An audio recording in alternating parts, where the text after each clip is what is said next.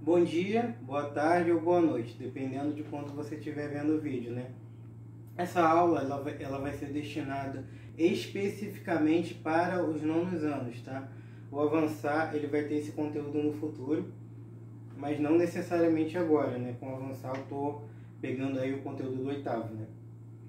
Quem é no avançar sabe, vocês estão estudando o conteúdo do oitavo e do nono mesclado, né? Para que vocês possam, né, avançar de ano, né? Enfim. Essa aula de hoje ela é dedicada ao acontecimento histórico chamado de Primeira Guerra Mundial, ou Primeira Grande Guerra, né? Que foi um evento aí que representou uma grande ruptura na história do mundo ocidental, né? E devido à complexidade, né, desse evento, essa aula ela vai ter que ser dividida em três, né? Nessa primeira parte eu vou tratar da questão dos antecedentes, né? Que eles envolvem uma série de conjunturas europeias, né? E vocês têm que entender bem, né? E eu vou elencar para vocês 4 grandes causas que concatenadas ocasionaram essa primeira guerra, né?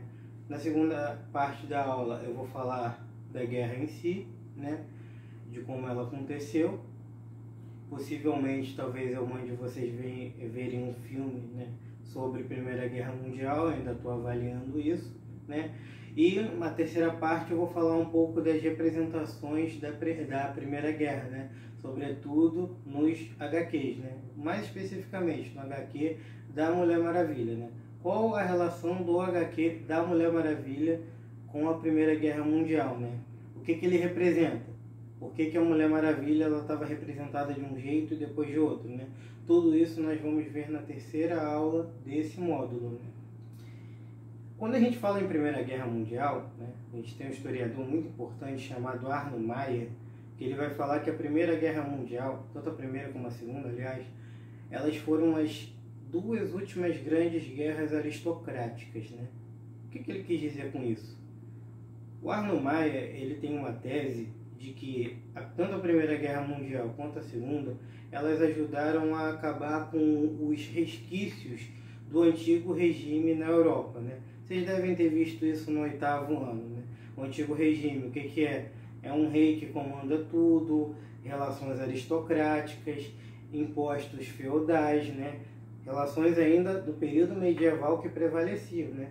Ah, mas professor, não teve a Revolução Francesa ali em 1700 e pouco? Sim, teve, né? Mas a história ela não funciona que nem nos livros de história que a gente pega para ler, né? Um fato, ele acontece de um jeito num espaço, né? Mas não necessariamente acontece no outro, né? É aquilo que o outro historiador, o Reinhard Koselleck, fala das múltiplas camadas, né? Os estratos de temporalidade, né? Um exemplo, eu aqui estou na minha temporalidade do século XXI na internet, né? Mas o cara que está lá no interior, ele está às vezes no século XIX, pode não ter nem luz elétrica para ele, né? Então, pegando esse exemplo, né? Enquanto na França você estava aí avançando, né, rumo a direitos constitucionais para as pessoas, né? Em determinados países da Europa, né, você ainda tinha relações aristocráticas, né? Que países são esses, professor?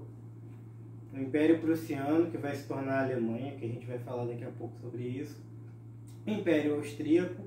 A Rússia, né? A Rússia ainda vai ser um país extremamente feudal, né? E o Império Turco-Otomano, né? Ali regido por uma monarquia muçulmana, né? Esses são ainda os resquícios desse antigo regime, né? E o Arno Mayer vai falar que essa tanto a Primeira Guerra Mundial quanto a Segunda, já é assunto para outro módulo, essa Primeira Guerra Mundial ela vai fazer com que essas relações ruam, né? E é interessante, né, para finalizar essa parte, que esses impérios atrasados que ainda existiam, eles eram muito mal vistos, né, pelos países que estavam mais avançados, né? Pra vocês terem noção, a Rússia ela era conhecida como o gigante dos pés de barro. O que isso quer dizer? Um país grande, com muitos recursos naturais, porém com bases sociais extremamente frágeis, né? Um povo fraco, sendo governado por uma monarquia que estava há mais de 300 anos no poder, né? E que, de certa forma, ainda não se industrializava, né? Ainda estava muito nas relações feudais, né? Aquilo lá do período medieval, né? o Império Turco-Otomano, né, que era conhecido como o doente da Europa, né, que era ali um império também com diversos problemas, né. Esse império ele é transcontinental, ele abarcava ali tanto a Europa, né, a Turquia hoje ainda é um país bicontinental, né, uma parte dele é na Europa e outra na Ásia, né, pegava um pouco ali da região balcânica, né, e também o Egito, enfim, toda essa região, né, e esses eram os impérios considerados frágeis, né, e o Império Austro-Húngaro também, que também dominava parte dos Balcãs, né, guarde isso, Balcãs, ele vai ser muito interessante não, muito importante para entender uma das causas da Primeira Guerra, né. Enfim, o Império Austro-Húngaro ele dominava ali a região dos Balcãs, né? Onde fica a Grécia, a Croácia, que quase ganhou a Copa do Mundo, enfim. Esses países do chamado leste europeu, né? Que foram fazer parte da União Soviética, enfim, que até hoje tem relações muito importantes com a Rússia, né? E a gente, nessas 4 grandes causas que nós colocamos para a Primeira Guerra Mundial, a primeira é o revanchismo francês, né? A Primeira Guerra Mundial, gente, ela tem que ser vista como uma guerra de vingança, né? A Alemanha, né, acho que eu já falei para vocês isso em outras aulas, ela não era um país unido até 1870 e pouco, né? Ela era um conjunto de vários reinos, né? Reino da Baviera, Pomerânia, Boêmia, né, Império Prussiano, né, que é o império que vai organizar a unificação. Enfim, ela era uma série de reinos, né, governados por príncipes, né, e esses reinos eles tinham como denominador comum o fato de terem uma cultura germânica, né. É como, por exemplo, o Brasil. O Brasil fala português, né, mas cada região fala um português meio diferente, né. A Alemanha era meio que assim ainda é hoje, né. Várias dessas regiões falavam alemão, mas não era um país único, né? E o rei da Prússia, né, o Kaiser Guilherme, ele vai se achar no direito de ser o cara que vai promover essa unificação. E o que isso tem a ver? Tem a ver que um dos territórios que o Kaiser Guilherme estava pretendendo ter para esse projeto alemão, né, era a região da Alsácia-Lorena, que fazia parte da França, né? E quando o Kaiser Guilherme ele pega esses territórios, né, que eles eram altamente ricos em carvão, né? Nesse momento a Revolução Industrial estava usando ainda muito carvão, depois ela passa por petróleo, né? A França ela não vai só ter uma perda econômica, né? Mas os franceses eles vão se sentir humilhados com esse processo, né? Por quê? Porque o Kaiser Guilherme, quando ele declara a fundação da Alemanha, após a anexação da Alsácia-Lorena, ele vai querer ser coroado no Palácio de Versalhes. Gente, o Palácio de Versalhes é o palácio, né, dos reis franceses, né? É um palácio que representa toda a grandeza que o Império Francês foi, né? A França do Luís XIV, do Rei Sol, a França dos Reis Luíses, né? Que foi durante muito tempo, né, um grande país, né? E eles se consideraram muito humilhados com isso, né? Do rei da Alemanha ser coroado ali no palácio deles, né? Foi uma coisa muito humilhante que afetou os franceses, né? E os franceses e os alemães eles ficaram de rixa, né? De 1870 até a Primeira Guerra Mundial por muito tempo, né? Mais ou menos o que a gente está vivendo um pouco no país hoje, né? Que, enfim, cada um defende um lado, né? Os franceses e os alemães eles estavam com isso, né? Um ódio contra o outro, né? E é um fato curioso, né? Que quando dando spoiler já da próxima aula, que quando a Alemanha perde a Primeira Guerra Mundial, né? O rei da Alemanha ele tem que assinar o tratado de rendição no trem que tinha conduzido o rei da França, né, na derrota, né, naquele momento, né. E na Segunda Guerra Mundial, né, quando o Hitler invadiu a França, ele pegou esse mesmo trem que estava no museu e fez o presidente da França assinar a rendição da França lá, né, para vocês verem, né, como a rivalidade dos dois países era muito forte, né. E aí, fechada essa primeira causa, né, que eu já me alonguei muito, você tem a segunda causa, que é o forte desenvolvimento econômico da Alemanha. A Alemanha, ela se unifica, mas ela se unifica virando um país muito forte, né? A Inglaterra, ela foi pioneira, né? Ela foi a primeira a se industrializar, mas ela demorou, amigos, 100 anos para se industrializar. Vocês sabem quantos anos a Alemanha demorou para se industrializar? 25 anos, né? Tudo bem que ela foi depois, né? Mas ela foi num processo muito rápido, né? Porque a Inglaterra, no início, ela foi muito livre mercado, né? Muito sem a intervenção do governo. Depois teve a ajudinha do governo. A Alemanha não, a Alemanha ela teve a intervenção do governo desde o início, né? E ela conseguiu unir autoritarismo, né? A monarquia prussiana ainda era uma monarquia assentada em bases feudais, né? Autoritárias, que a gente falou disso no início da aula, com industrialização, né? Então você teve uma coisa meio Frankenstein, né? Você tem de um lado o desenvolvimento econômico, mas do outro você ainda não tem democracia, né? A Alemanha naquele momento ela conseguiu unir isso, né? E a França e a Inglaterra, né, que eram duas grandes potências ali naquela região, que já haviam feito a Revolução Industrial, elas estavam meio que incomodadas com essa nova potência, né? A Alemanha ela estava querendo inclusive territórios na África, né? Esse é o momento que a França e a Inglaterra elas estão dividindo ali territórios na África, né? E a Alemanha ela vai pegar também parte dos territórios da África, né? Ela vai começar... É tipo quando você passa, sei lá, por um bom emprego, né? E você já quer um carrão, né? A Alemanha foi assim, né? Ela se tornou um país muito desenvolvido e já quis um pedacinho dela ali na África para mostrar que ela era poderosa, né? Então ela pegou ali a região que hoje é o Togo, né? Eu não estou com o mapa aqui para vocês verem, né? Mas depois, se vocês quiserem ver o mapa, tá lá.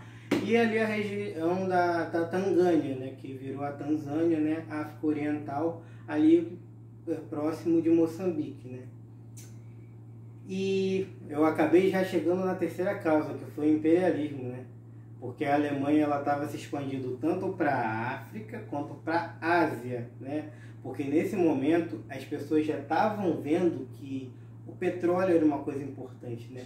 Lembre-se, segunda Revolução Industrial, você deixa de usar carvão para usar petróleo, né? E borracha, que a gente estudou isso em Belle Époque, né? Você passa a usar tanto o petróleo quanto a borracha, né? E onde tem petróleo, onde teve guerra, que vocês sabem, atentado às Torres Gêmeas, etc. Isso, lá no Iraque, exatamente. Esse é o momento em que as potências europeias elas vão começar a olhar para o Oriente Médio, né? Inclusive a origem de todas as guerras que eles têm hoje eles têm até hoje lá, né? Os países do Oriente Médio eles foram criados, né, como colônias para que os europeus no início eles pudessem pegar petróleo ali, né? E a Alemanha ela estava começando a construir uma linha de ferro, né, que ia de Berlim até Bagdá, né? Bagdá é a capital do Iraque até hoje, né? E toda essa relação imperialista ela vai fazer a Primeira Guerra Mundial explodir, né? Tanto é que o Lenin, né, líder da Revolução Russa, né, ele vai dizer que a Primeira Guerra Mundial foi uma guerra imperialista, né? Tinha interesses imperialistas ali. E a quarta e última questão era a questão balcânica. Vocês lembram que eu falei que essa região ia ser importante? Pois é, ela foi muito importante para essa guerra. Porque o que acontece?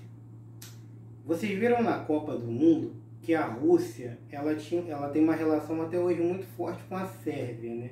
E essa relação ela é histórica, né? Naquele momento, os sérvios, que eles foram dominados um tempo pelos otomanos, depois os austro-húngaros pegaram o território deles, né? Enfim, a Rússia ela queria apoiar que a Sérvia se tornasse um país independente, né? E, de certa forma, um país amigo da Rússia, né? Porque se vocês forem ver hoje, a Rússia não tem saída para o mar. Ela é grandona assim, mas ela não tem muita saída para o mar, né? E sendo amiga da Sérvia, que tem saída para o mar, né, ia facilitar ali as relações econômicas para a Rússia, né? Ela estava apoiando a independência da Sérvia, né? O país aí que jogou com o Brasil na Copa do Mundo, enfim, que vocês já conhecem, né? E a Áustria, né, queria manter esse território, né? E a Áustria, ela era aliada da Alemanha, né? E a Rússia, aliada da Inglaterra, né?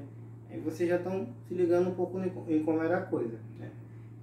Um dia, o arquiduque, né, representante do Império Austro-Húngaro, o nobre Francisco Ferdinando, ele foi dar um passeio ali na região da Bósnia e Herzegovina, né? Que era ali também nos Balcãs, né? País também que foi para a Copa do Mundo, não sei se foi nessa, mas na outra. Enfim. O Ferdinando ele foi dar um passeio por ali, né? E ele tomou um tiro, né? O autor foi identificado como da organização Mão Negra, né? A Mão Negra, ela objetivava a independência da Sérvia, né? E aí, vocês já devem se ligar no que aconteceu, né?